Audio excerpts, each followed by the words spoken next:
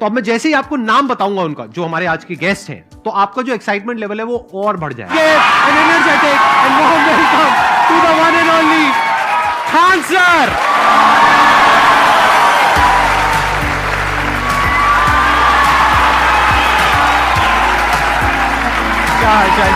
इससे पहले कि ऑडियंस आपसे कुछ पूछे या इंटरेक्ट करे, मेरे माइंड में एक क्वेश्चन है आपके लिए जी।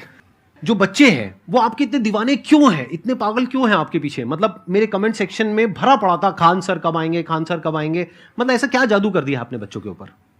ये सवाल हम आपसे भी पूछते हैं, हमारे पे भी इतना कमेंट आया, इतना मेरे तो ऑफिस में लोग चले आए कि सर कब जा रहे हैं। अच्छा। क्योंकि हम लोग का तो एग्जैक्ट है वही पढ़ाना है। हाँ। तो देखिए हम लोग का मेन है कि बच्चों को जो जरूरत रहती है कि अगर लड़का पढ़ने आ रहा है ना, उसके मन में कोई डाउट ना रह जाए। हम उसको कहते हैं कि हम तुम्हें पढ़ा रहे हैं, दम है तो भूल के दिखाओ, याद करके नहीं।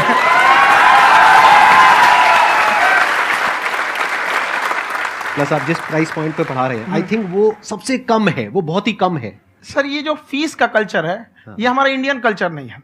हमारा इंडियन कल्चर गुरु दक्षिणा है, उस हिसाब से वो सही है। ऑक्सीजन जैसे जिंदगी के लिए जरूरी है, वैसे एजुकेशन जरूरी है। कोई ये नहीं कह सकता है कि पैसे की वजह से वो खान सर के यहां से लौट गया। क्या बात है। देखिए जब हम गुलाम थे ना, तो अंग्रेजों ने एक चाल चला था कि भारत को हम फिजिकली गुलाम रखेंगे 100-200 साल, मेंटली 1000 साल कर देंगे। उन्होंने पढ़ाई का मॉडल चेंज कर दिया। उन्होंने ऐसा डिजाइन किया कि ये टीचर की रिस्पॉन्सिबिलिटी है, वो पढ़ा के चला जाए। टीचर की रिस्पॉन्सिबिलिटी यहां खत्म नहीं हो जाती। पढ़ाना तो कोई भी पढ़ा सकता है, टीचर की इससे बड़ी रिस्पॉन्सिबिलिटी होती है उसे समझाना। वो समझा कि नहीं समझा।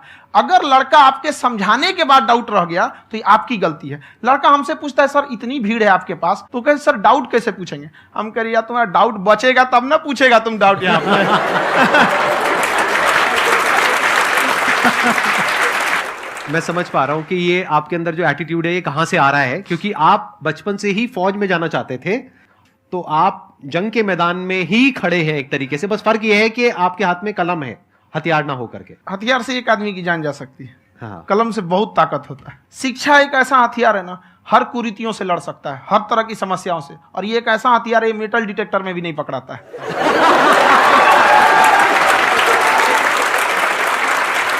मेरा क्वेश्चन ये है कि अभी प्राइवेट ऑर्गेनाइजेशंस में पीटने का, पनिशमेंट का ये सिस्टम जो है खत्म हो गया है। हम आपके वीडियो में देखे हैं सर कि आप एक बड़ा सा रोल रखे रहते हैं, पुलिस वाला लाठी है वो, पुलिस वाला लाठी है, और स्टेज पे बुला के बच्चों को उसी से धुनाई शुरू कर देते हैं मस्त एकदम से, है ना। तो सर मतलब कि बच्चे मतलब कि डरते नहीं है आपसे, और इस तरीके से कैसे कनेक्टेड हैं आपसे, है ना?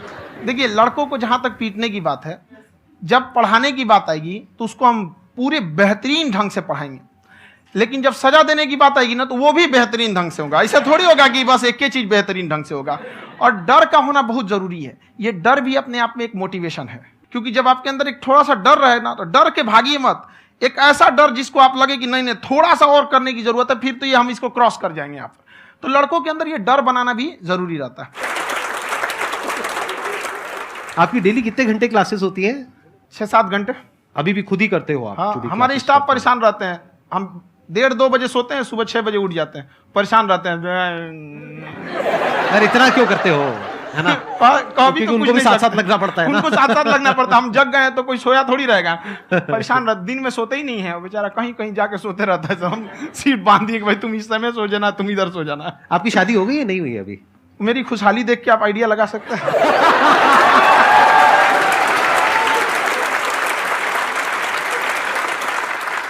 सर आपकी स्टोरी हमने सुनी थी, तो एक टाइम आया था जब आप गंगा किनारे जाके बैठ गए थे। उस समय आपको कुछ समझ नहीं आ रहा था, तो उस समय मतलब आपने ये डिसीजन कैसे लिया कि अब आगे नहीं, यहाँ से वापस जाना है? रास्ता ही नहीं था। घर जाने के लिए एटलीस्ट 90 रुपए चाहिए थे, जेब में 40 रुपए थे। कैसे घर जाते हैं? और हम गंगा के किनारे चुपचाप बैठे बैठे हम कहें कि अब बहुत टेंशन हो गया, अब घर जाना चाहिए। रूम पे, तो किराए के रूम पे ही आदमी सारे लोग रहते।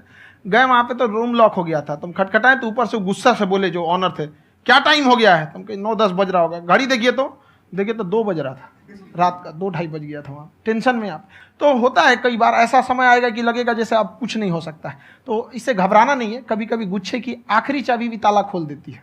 जो बातें आपने बताई कि घर में प्रॉब्लम्स ये वो, ये तो बहुत लोगों ने फेस करी वहां पर, आप अकेले नहीं है, बहुत लोगों ने ये प्रॉब्लम्स फेस करी, बहुत तरह की प्रॉब्लम्स देखी, बहुत तरह की स्ट्रगल्स देखी, लेकिन वो सब इतने कामयाब नहीं हो पाए जितने कि आप हुए। तो आपके अंदर ऐसा कुछ ना कुछ है जो औरों के अंदर नहीं है, तो वो मैं जानना चाह रहा हूं कि वो ऐसा क्या था जहां से कि आपका दिमाग यहां तक सोच पा रहा है कि मैं पूरे इंडिया में इतने बड़े लेवल का चेंज लेकर के आ सकता हूं, एजुकेशन फील्ड में रेवोल्यूशन लेकर के आ सकता हूं। ये सोचना ही बहुत लोगों के बस का नहीं है। मेरी एक खुद की थिंकिंग, अगर हमको कोई 100 रुपए किसी काम के लिए दिया, हम सबसे यही कहते हैं, तो हम कोशिश करते हैं उसे 200 का रिटर्न दे। अगर कोई हमसे 200 रुपया फीस दे रहा है, 250 दे रहा है, तो हम उसको ये कोशिश करते हैं कि तुम्हें ऐसा लगे कि नहीं भैया हमने 10-20 हज़ार का पढ़ लिया यहाँ पर। वो ईमानदारी से कभी कमी नहीं। और हमेशा अगर हम प्रॉमिस एक्स का करते हैं तो डिलीवर 4x करना चाहते हैं। ध्यान से सुनना और ध्यान से समझना इस फर्क को, अगर आप समझ पाए तो बहुत आगे जाओगे लाइफ में। एक वो होते हैं जो ये सोचते हैं कि हमें सब कुछ मिल जाए, हमें कुछ भी करना ना पड़े। दूसरी कैटेगरी होती है लोगों की जिनको जितना मिलता है उसमें भी चोरी चकारी करते हैं या कोशिश करते हैं कि उससे कम दे सामने वाले को जितना कि हमें मिल रहा है। तीसरी कैटेगरी होती है लोगों की, जो इनके जैसे लोग होते हैं, वो क्या करते हैं, वो ये सोचते हैं कि अगर मैंने किसी से 1 रुपए भी लिया, देखा जाए तो 200-250 रुपए कुछ भी नहीं होता है, 200-250 रुपए अगर मैंने लिया तो कैसे उसको 400 रुपए की वैल्यू दूं। ये जो थिंकिंग है ना, यही एक फर्क होता है एक ऐसे इंसान में जो बहुत आगे निकल जाता है और उस इंसान में जो मीडियोकर रह जाता है। आप अपने आप के ऊपर समय दीजिए, उसको डेवलप कीजिए। जब आप अपने आप के ऊपर खर्च करते हैं तो आने वाले समय में लोग गूगल पे आपको सर्च करते हैं। क्या बात है सर, ये आपने अभी बनाया है या ये कोई पुराना आपका वो है? बनते रहता है इसे, फ्लो में बन जाता है।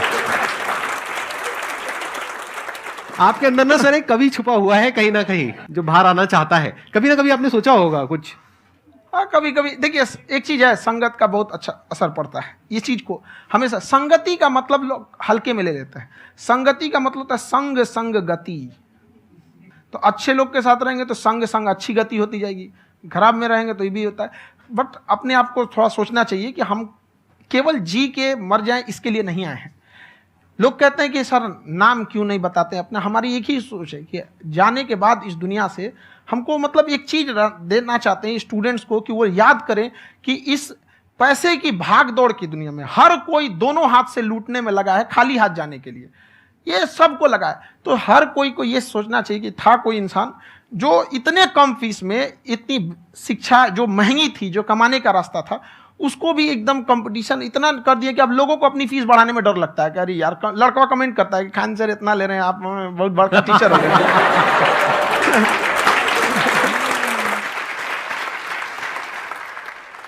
ये दुख, ये दर्द, ये सब तेरे अंदर है।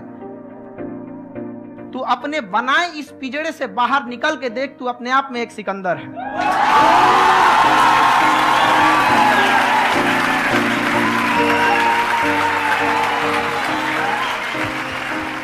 Thank you so much sir for coming.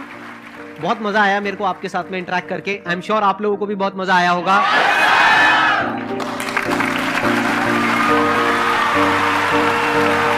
Thank you so much ji, thank you.